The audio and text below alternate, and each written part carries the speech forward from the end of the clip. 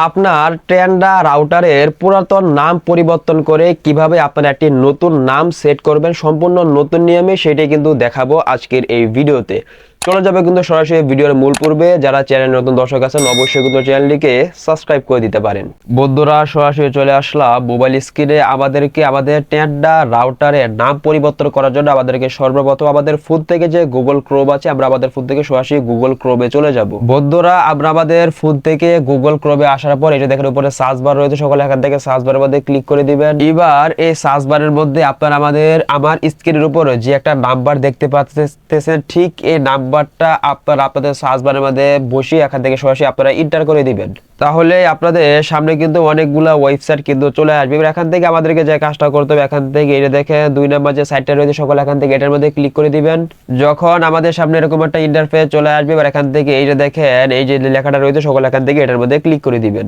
আপনারা অনেকে কিন্তু এই সাইটটা কিন্তু খুঁজে নাও পেতে পারেন, যেহেতু এই কোয়ালিটির অনেকগুলো সাইট রয়েছে। তাই আপনাদের সহজতার জন্য কিন্তু এই সাইটের সরাসরি লিঙ্কটা কিন্তু আমার ভিডিও ডেসক্রিপশন বক্সে দিয়ে রাখবো। সেখান থেকে আপনারা কিন্তু সরাসরি লিঙ্কে ক্লিক করলে কিন্তু সরাসরি কিন্তু আপনাদের কিন্তু এই সাইটের ভিতরে নিয়ে আসবে। অথবা আপনারা এখান থেকে দেখেন এই অ্যাডমিন যে লেখাটা থাকবে সকলে এখান থেকে এটার মধ্যে ক্লিক করে দিবেন।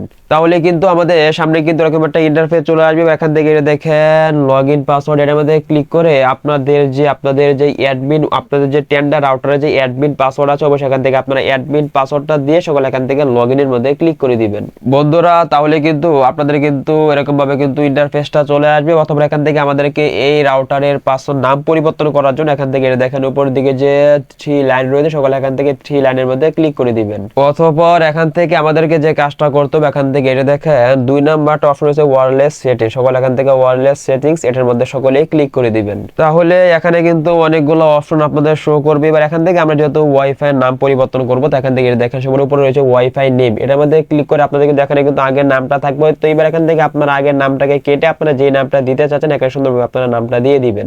আপনারা নামটা দিয়ে এখান থেকে এটা দেখেন আপনার নতুন একটা নাম আগের নামটাকে কেটে নতুন একটা নাম দিয়ে সরাসরি এখান থেকে যে দেখেন নিচে ওকে আছে এটার মধ্যে যদি ক্লিক করে দেন তাহলে কিন্তু আপনাদের কিন্তু আগের নামটা পরিবর্তন হয়ে কিন্তু আপনাদের নতুন নামটা কিন্তু এই ওয়াইফাই কিন্তু লেগে যাবে।